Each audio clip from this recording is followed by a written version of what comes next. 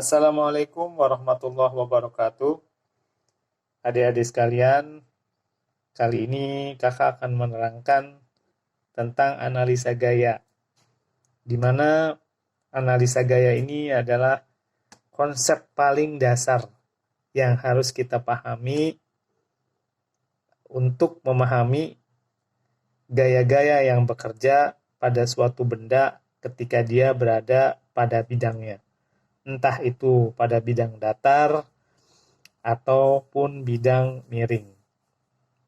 Tentunya ada beberapa gaya yang bekerja pada benda yang berada pada suatu bidang. Yang pertama-tama kakak akan terangkan mengenai gaya normal. Gaya normal adalah gaya, jadi jika ini adalah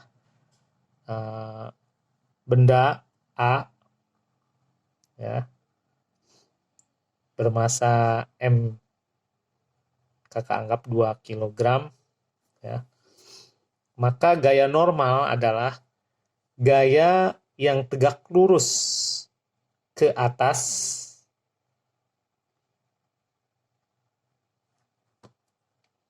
terhadap bidang yang ditekan. Jadi pemahaman dari gaya normal ini adalah gaya yang bekerja tegak lurus ke atas terhadap bidang yang ditekan oleh benda A. Gaya normal selalu tegak lurus terhadap bidang yang ditekan.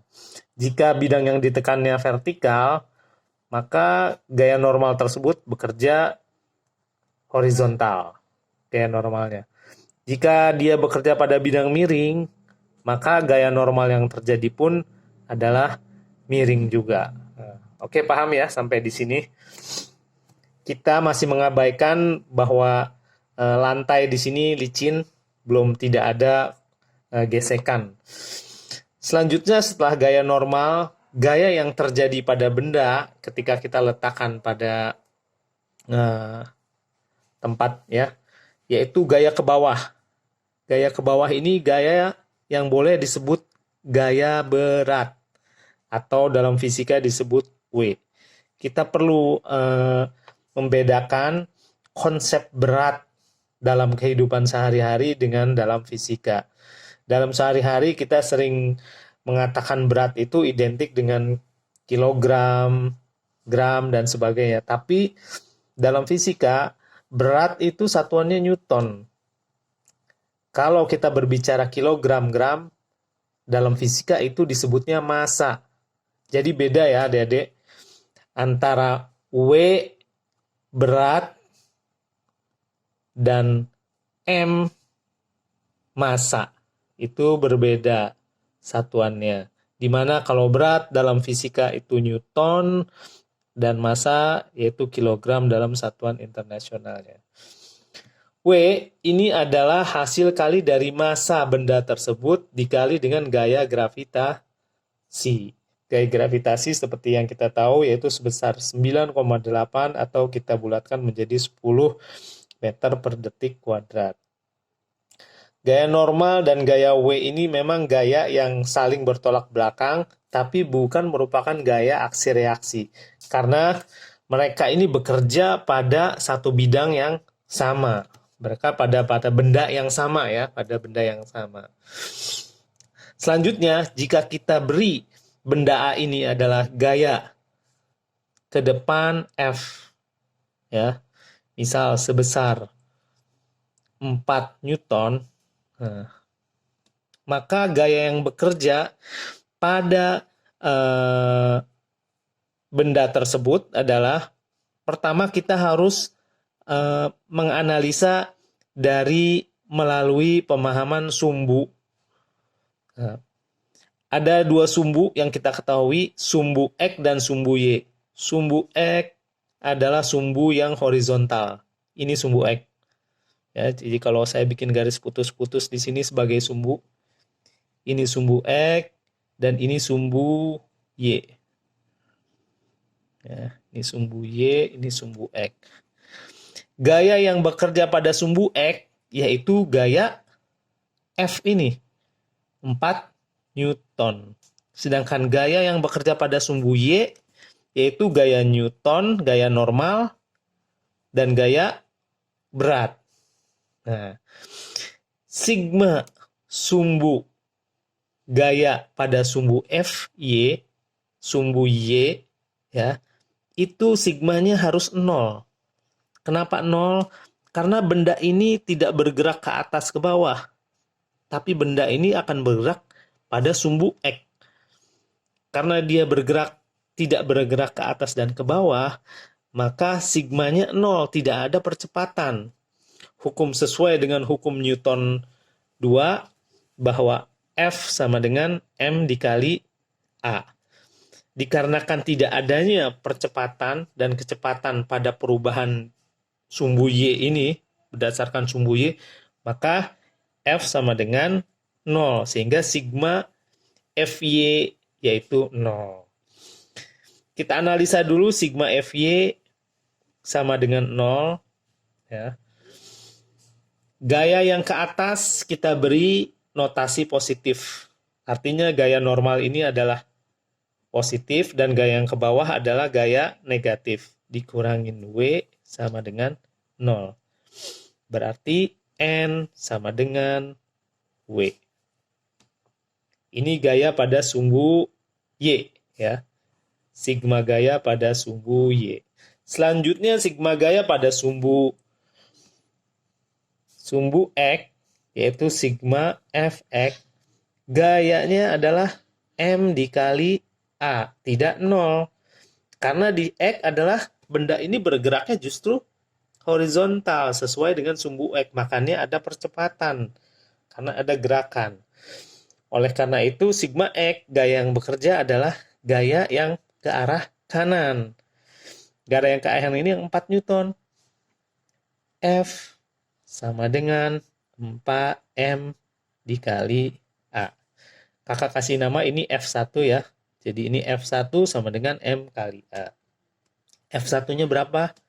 4. M-nya berapa? 2. A-nya kita tidak tahu. Nanti A ini biasanya selalu jadi pertanyaan pada soal-soal mengenai analisa gaya. Jadi seringkali ditanyakan adalah berapa percepatannya atau tegangannya tali jika dia menggunakan tali, ya. Tidak jauh pertanyaannya dari itu, biasanya antara percepatan A dan tegangan. Untuk mengetahui mencari A, maka yang kita gunakan adalah sigma F X. Sigma Fx adalah ini. Sigma F. Jadi kita tinggal masukkan saja A-nya, yaitu 4 dibagi 2 sama dengan 2 meter per detik kuadrat. Ini percepatan benda tersebut 2 meter per detik kuadrat. Sedangkan jika kita ingin sekedar mengetahui berapa gaya normal yang bekerja pada benda ini, maka N sama dengan W. W sendiri adalah M dikali G. M-nya 2, G-nya 10. Jadi 20 Newton. W 20, N 20. Akhirnya benda tersebut diam tetap pada tempatnya. Sampai di sini paham ya konsep mengenai gaya normal, gaya berat, dan gaya yang bekerja pada sumbu X atau gaya horizontal. Kakak akan terangkan jika gaya yang ada ini sekarang ditambah dengan gaya gesek. Gaya gesek selalu arahnya berlawanan arah dengan gaya yang diberikan atau gaya dorongnya. Jadi kalau gaya gesek pasti ke sini. Karena gayanya kan ke sini jalannya. Gesekannya pasti ke sini. Gaya gesek kita beri simbol dengan FK, yaitu gaya gesek kinetik. Gaya gesek kinetik adalah gaya ketika benda memang sudah bergerak. Ada satu lagi gaya gesek statis, yaitu gaya gesek ketika benda masih diam. Di sumbu X ini sudah ada FK sekarang. FK adalah hasil dari koefisien geseknya dikali dengan gaya normal. Di sini diketahui kakak kasih nama mu K 0,2. koefisien kinetiknya 0,2. Berapa gaya geseknya? Kita tinggal masukkan mu K-nya 0,2. N gaya normal tadi di sini kita sudah hitung, gaya normalnya 20 Newton, tinggal dibagi 20. Maka hasilnya adalah 4 Newton. Gaya geseknya 4 Newton. Gaya geseknya 4 Newton. Gaya yang diberikan 4 Newton. Bagaimana kedudukan benda ini? Apakah diam atau berjalan? Kita masukkan ke dalam persamaan yang ada di sumbu X sekarang.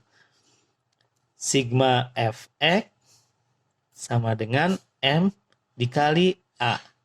Sigma Fx, gaya yang ke depan F1 dikurangin gaya yang ke belakang minus. Jadi kalau gaya yang ke kanan positif, gaya yang ke belakang FK tergantung ya. Sama dengan M dikali A. F1-nya 4, FK-nya 4. Maka MA-nya kali 2 dikali, tadi A-nya berapa? Udah diketahui ya. A-nya 2. Tapi karena sekarang ada gaya gesek, percepatannya kan berbeda lagi. Kita cari sekarang A-nya berapa. Cuman karena F1 dikurangin FK udah 0, artinya benda ini tidak bergerak. Benda ini diam, tidak ada pergerakan. Karena gaya gesek yang dihasilkan dengan gaya dorong yang terjadi itu nilainya sama, 4 dikurangin 4 hasilnya 0. Kalau ininya F1-nya kita ubah menjadi 6 Newton ya, maka persamaan ini menjadi F1 dikurangin FK sama dengan MA. F1-nya menjadi 6, tadi dirubah. FK-nya 4, yang ini ya, dikurangin M-nya 2 dikali A. 2 sama dengan 2A. Maka percepatannya benda itu adalah 2/2 alias 1 meter per detik kuadrat. Jadi ketika dia diberi gaya 6 Newton dan dengan gaya gesek sebesar 20 Newton, maka percepatan pada benda ini adalah sebesar 1 meter per detik kuadrat. Nah, hal yang sama kita bisa terapkan dengan rumus-rumus ini, ya. Karena biasanya perhitungan itu hanya pada sumbu X saja. Karena di sumbu Y ini tidak ada pergerakan.